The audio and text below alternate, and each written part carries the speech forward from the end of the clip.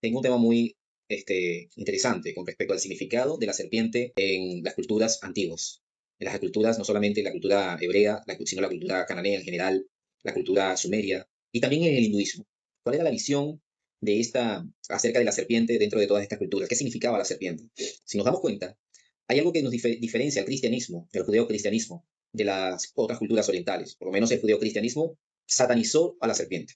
Dijo que la serpiente era el diablo y nos mostró todas estas cosas terribles, que era Satanás, que eran cosas de demonio y todo este tipo de cosas que se nos enseñaron dentro del cristianismo, ¿no? Se dijo que la serpiente era simbología del anticristo, del demonio o todo este tipo de cosas. Pero en las otras culturas orientales, por lo menos vemos a los chinos, a los japoneses, a los hindúes, ellos tienen una gran veneración por este símbolo de la serpiente. Vemos por lo menos en la China lo que viene siendo el dragón, que es una especie de serpiente también alada. También lo vemos dentro del hinduismo, dentro de todos los monumentos que hay dentro del hinduismo. La serpiente ha tenido una gran connotación, una connotación de sabiduría, una connotación de espiritualidad, de despertar. Pero dentro del judeocristianismo, la serpiente, el símbolo de la serpiente fue enseñado como algo malvado, ¿no? Al punto tal de que la serpiente antigua o Satanás dentro del cristianismo es vista como algo totalmente negativo. Pero hay algo que me llamó mucho la atención, por lo menos lo estábamos hablando en el anterior live, acerca del Génesis, ¿no? Y de la cultura sumeria. En la cultura sumeria se dice que el ser humano era prisionero de los dioses, en la cultura sumeria. Las tablas de los Anunnakis, donde se habla de la historia de los Anunnakis. Allí se dice que el hombre era prisionero de los dioses y que los dioses habían puesto al hombre dentro de la tierra para ser como especie de un esclavo, para labrar la tierra, para extraer minerales, para producir el alimento que esa civilización necesitaba. En la cultura sumeria se dice que eran los Anunnakis los que crearon al hombre, ¿no? Los hijos de Anu, el dios Anu, que también dentro de la cultura cananea era el dios El, que conocemos nosotros en la Biblia como Elohim. Según Anu, o él creó al hombre a través de muchos experimentos, a través de muchos procesos de experimentación, al punto tal de que hay otras historias que cuentan sobre que primeramente estos Anunnakis comenzaron a experimentar con primates, con algún tipo de chimpancé, de gorila o algún homínido que existía en ese tiempo, comenzaron a hacer alteraciones genéticas para tratar de crear al hombre. Crearon muchas especies, algunas especies salieron con problemas mentales, con mucha fuerza, pero sin capacidad intelectual para desempeñar algún tipo de trabajo que se necesitara un coeficiente intelectual más alto. Estas especies eran descartadas y luego se le abría paso a otras especies que comenzaban ellos a trabajarlos genéticamente hasta tratar de conseguir a un trabajador perfecto, a un esclavo perfecto, al ser humano, ¿no? Hasta el punto tal de que ya habían desistido de crear a este ser y luego de esto, entonces, uno de los dioses mezcló su ADN con el ADN homínido y nació lo que conocemos hoy como el Homo sapiens.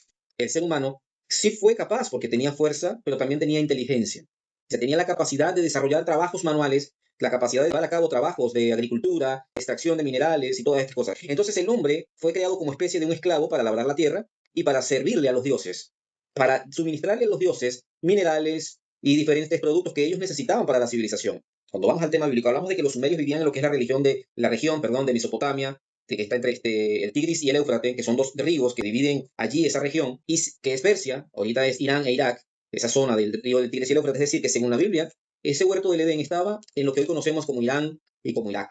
Estaba en esa región, entre el río Tigris y el río Éufrates, como lo leímos en el anterior live de Génesis capítulo 2, 4 en adelante, donde habla del origen de los cielos y la tierra. En fin, lo cierto es que el hombre estaba allí dentro del huerto del Edén como esclavo, un personaje encerrado dentro de este huerto, que para muchos por lo menos dicen que el estado perfecto del hombre, según la religión cristiana y según la religión judeo-cristiana, digámoslo de esta manera, el estado perfecto del hombre era el estado que tenía Adán y Eva dentro del huerto del Edén, según lo que la religión cristiana, judeo-cristiana nos enseñó.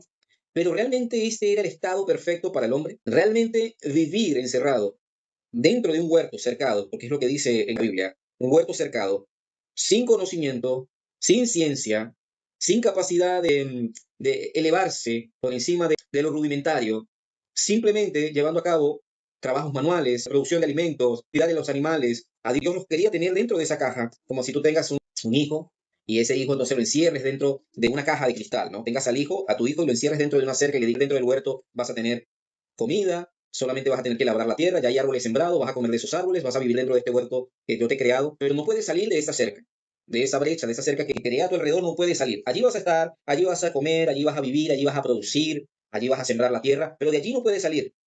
Y el día que de él salgas, o el día de que comas de este árbol que está aquí también, que este árbol es de sabiduría, de conocimiento y de intelectualidad, el día que comas de él eres un pecador y vas a ser castigado y te voy a expulsar de este huerto que te he creado. Te creé un huerto con árboles frutales con higos, con fresas, con mangos, con todos los frutos que tú te puedas imaginar, pero el día que tú comas de ese árbol que está allí, que te va a abrir los ojos, te va a hacer conocedor del bien y del mal, te va a hacer conocedor de la ciencia, vas a poder crear civilizaciones, vas a poder crear edificios, vas a poder crear tecnología. El día que tú comas de ese árbol y que te transformes en alguien inteligente, ese día vas a ser expulsado inmediatamente.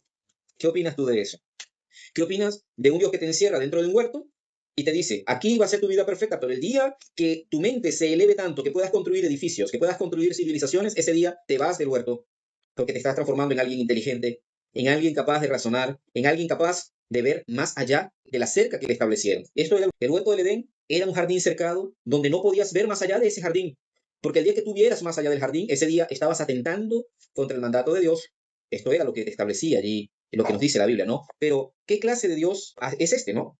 Porque el deseo de un padre a su hijo es que el hijo no se quede dentro de esa cerca, dentro de ese jardín cercado, sino que el deseo de un padre para un hijo es que el hijo pueda crecer y pueda evolucionar y pueda ir más allá de los límites que le fueron impuestos.